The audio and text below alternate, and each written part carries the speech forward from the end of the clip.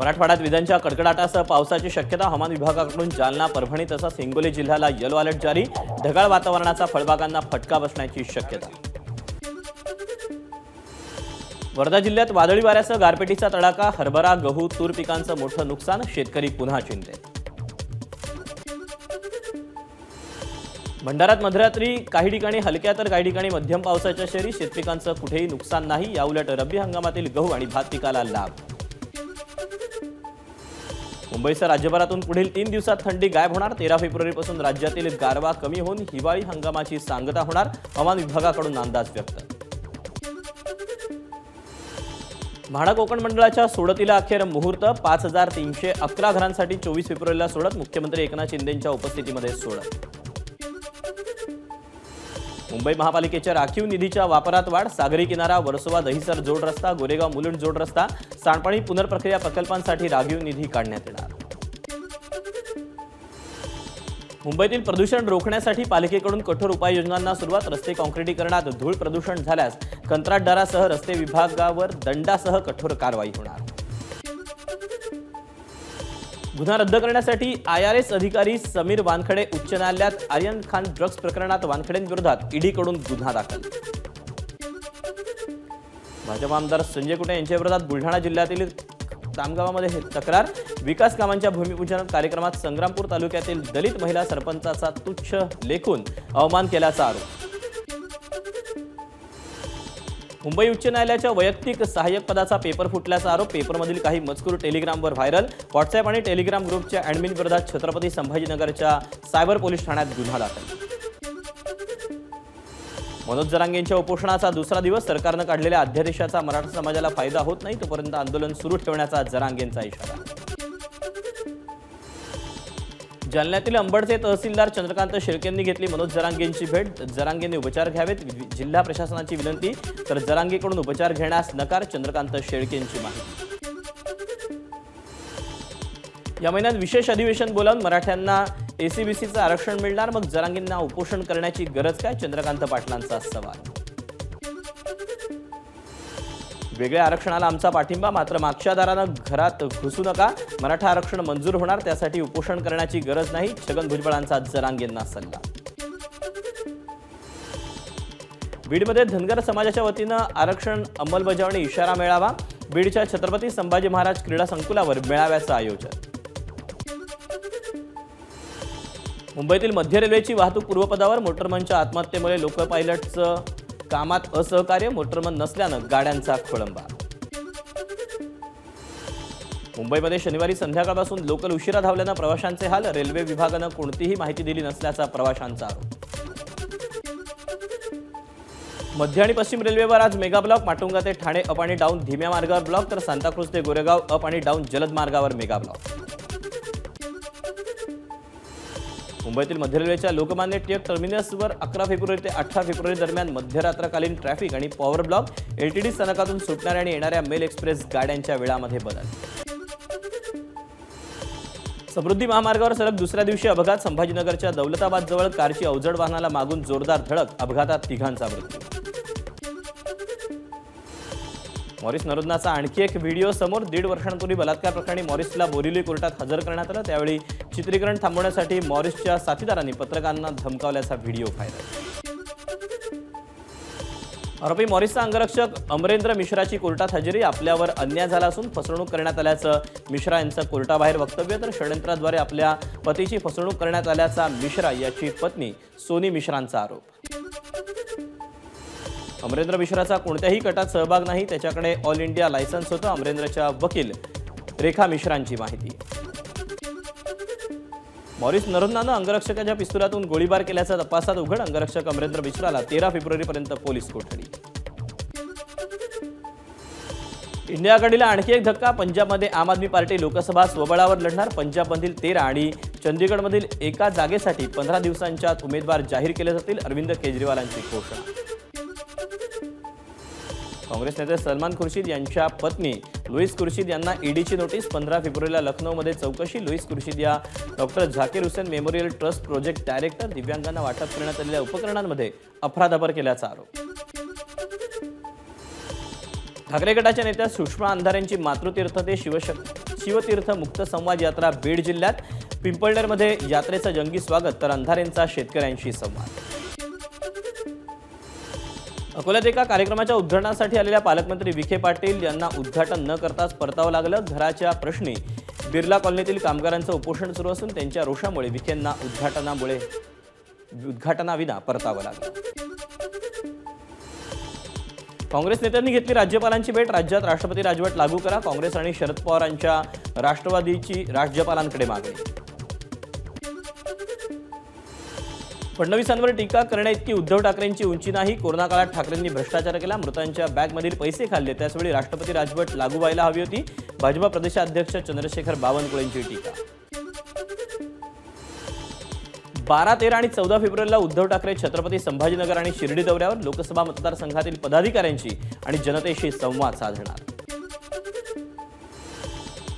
कोल्हापूर जिल्ह्यातील चंदगडमध्ये उपमुख्यमंत्री अजित पवारांची सभा। सभेला कृषी मंत्री धनंजय मुंडे, कोल्हापूरचे पालकमंत्री हसन मुश्रीफ यांची उपस्थिती। उद्धव ठाकरेंच्या कोणत्याही टीकेला उत्तर देणार नाही, त्यांच्या डोक्यावर परिणाम झालाय, गेटवेलसून इतकंच म्हणेन। देवेंद्र फडणवीसांची ठाकरेंवर सडकून टीका। राष्ट्रवादीकडून मला कोणतंही आश्वासन मिळालेलं नाही, विकास कामांसाठी निधी मिळत नसल्यानं राष्ट्रवादीत प्रवेश करत असल्याचं माजी काँग्रेस नेते बाबा सिद्दीकी यांचं स्पष्टीकरण। 15 फेब्रुवारीला केंद्रीय गृहमंत्री अमित शहा अकोला दौऱ्यावर। नारी शक्ती मेळाव्याला हजेरी लावणार, पश्चिम विदर्भातील कार्यकर्त्यांशी संवादही साधणार। मविया काळात असताना आम्ही देखील राज्यपालांची भेट घेतली होती, मात्र राज्यपाल भेटीनंतर काही होत नाही, राष्ट्रपती राजवट लावण्याचं कारण काय, उपमुख्यमंत्री अजित पवारांचा सवाल। व्यक्तिगत वैमनस्यातून झालेला गोळीबार म्हणजे दंगल नाही, राज्यात अराजकता माजली तर राष्ट्रपती राजवट लागू होते, मंत्री दीपक केसरकरांचं स्पष्टीकरण। गाव चलो अभियानांतर्गत भाजपचे प्रदेशाध्यक्ष चंद्रशेखर बावनकुळे नागपूरच्या वडोदा गावात। ठाकरेंनी भाजप आणि फडणवीसांसोबत केलेल्या बेईमानीमुळे आज त्यांचं राजकारण संपण्याच्या मार्गावर असल्याचं बावनकुळेंचं मत। जलजीवन मिशन आणि स्वच्छ भारत मिशनच्या दुसऱ्या टप्प्याअंतर्गत जलरथाचा उद्घाटन सोहळा। नाशिकच्या गुरुदक्षिणा हॉल इथं उपमुख्यमंत्री देवेंद्र फडणवीस यांच्या हस्ते उद्घाटन। नाशिकमध्ये बेळा बस स्थानक आणि विविध विकास कामांचं उपमुख्यमंत्री देवेंद्र फडणवीस यांच्या हस्ते लोकार्पण आणि भूमिपूजन। पालकमंत्री दादा भुसे, गिरीश महाजन आणि छगन भुजबळांची उपस्थिती। अजित पवारांकडून चंदगड नगरपंचायतीसाठी 10 कोटींचा निधी जाहीर। सीमा भागातील मराठी शाळांना मदत केली पाहिजे, उपमुख्यमंत्री अजित पवारांचं आवाहन। मुख्यमंत्र्यांच्या वाढदिवसाचं औचित्य साधून महिला सेनेच्या शिवदुर्गा संवाद दौऱ्याला सुरुवात। आगामी निवडणुकीच्या पार्श्वभूमीवर महिला सेनेचं मजबूतीकरण आणि संरचनात्मक बांधणीसाठी संवाद दौऱ्याचं आयोजन। गाडीखाली कुत्रा आला तर नाही, पण माणूस आला तर नक्की राजीनामा मागतील, वंचितचे अध्यक्ष प्रकाश आंबेडकरांचा फडणवीसांना खोचकटोला। जळगाव जिल्ह्यातील पोलीस दलासमोर कायदा सुव्यवस्था राखण्याचं मोठं आव्हान। महाराष्ट्राचा बिहार झाल्याची टीका विरोधक करतात, मात्र महाराष्ट्राचा बिहार होऊ देणार नाही, पालकमंत्री गुलाबराव पाटलांचं वक्तव्य। चाळीसगावमध्ये झालेली माजी नगरसेवक बाळू मोरेंची हत्या व्यक्तिगत कारणावरून तात्काळ आरोपींना पकडण्याचे आदेश एसपींना दिलेत, मंत्री गुलाबराव पाटलांची एबीपी माझाला माहिती। उद्धव ठाकरेंची राष्ट्रपती राजवट लागू करण्याची मागणी चुकीची, व्यक्तिगत वादावरून घटना घडल्यात, मंत्री गुलाबराव पाटलांचा निशाणा। मुख्यमंत्री एकनाथ शिंदेंची लीलावती रुग्णालयाला भेट। शिवसेना आमदार सदा सरवणकर आणि आमदार संजय शिरसाट यांच्या प्रकृतीची केली चौकशी। एखाद्याच्या मृत्यूवर राजकारण करणं हे मृत्यूपेक्षाही वेदनादायी, मुख्यमंत्री एकनाथ शिंदेंचा विरोधकांना टोला। आमचं गृहविभाग समर्थक कोणत्याही दोषींना पाठीशी घालणार नाही, मुख्यमंत्र्यांचा इशारा। सकाळी 11 वाजता काँग्रेस कोर कमिटीची बैठक। महाराष्ट्र प्रभारी रमेश चेन्नीथला यांच्या प्रमुख उपस्थितीत बैठकीचं आयोजन। महाविकास आघाडीत 8 जागांचा तिढा कायम, काँग्रेस आणि शिवसेनेची रस्सीखेच। काँग्रेस प्रदेशाध्यक्ष आणि प्रभारींची मातोश्रीवर बैठक। वडिलांचे विचार आणि वडिलांचं धोरण सोडून सत्तेसाठी लोक काहीही करतात, अमृता फडणवीसांचं यांच्याकडून नाव न घेता उद्धव ठाकरेंना टोला। माजी काँग्रेस नेते बाबा सिद्दीकींचा अजित पवार गटात प्रवेश। पक्षप्रवेशापूर्वी झिशान सिद्दीकींच्या कार्यालयात अजित पवारांची सिद्दीकी पितापुत्रांची चर्चा। हिंदुत्व हा शब्द बोलायची उद्धव ठाकरेंची लायकी नाही, केंद्रीय मंत्री नारायण राणेंची ठाकरेंवर टीका। तर सत्तेसाठी आणि मुख्यमंत्रीपदासाठी उद्धव ठाकरेंनी गद्दारी केली, राणेंची टीका। मुख्यमंत्री असताना सभागृहामध्ये किती वेळा गेले? नारायण राणेंचा उद्धव ठाकरेंना सवाल, तर खुर्चीवर नीट बसले का? राणेंची उद्धव ठाकरेंवर खोचक टीका. भाजप सरकारमध्ये फक्त गोळीबार सुरू, उद्धव ठाकरेंची टीका. तर आपल्यासोबत कोण आहे हे अजून देवेंद्र फडणवीसांना कळलं नाही. नाव न घेता ठाकरेंचा मुख्यमंत्री यांच्यावर निशाणा. नाशिकच्या येवल्यात हातमाग विणकरांना उत्सव धनादेशाचं वाटप. मंत्री छगन भुजबळांची सोहळ्याला उपस्थिती. विणकरांना 60 वर्षांनंतर पेन्शन सुरू होणार. मंत्री चंद्रकांत पाटलांची घोषणा. लवकरच यंत्रमाग धारकांच्या सर्व समस्या सुटणार. मंत्री चंद्रकांत पाटलांची माहिती. नाशिकच्या मालेगावमध्ये दादा भुसेंच्या समितीनं दिलेल्या यंत्रमाग धारकांच्या समस्यांचा अहवाल मान्य. सोलापूरमध्ये नव्यानं निर्मिती होत असलेल्या महिला आणि बाल रुग्णालयाचं लोकार्पण होणार. 29 फेब्रुवारी रोजी लोकार्पण होणार असल्याची तानाजी सावंत यांच्याकडून माहिती. उद्धव ठाकरेंकडे जी माहिती असेल ती त्यांनी पोलीस महासंचालकांकडे द्यावी. त्यातील सत्यता तपासून महाराष्ट्र पोलीस निश्चितपणे दोषींपर्यंत पोहोचतील. मंत्री शंभूराज देसाईंचं वक्तव्य.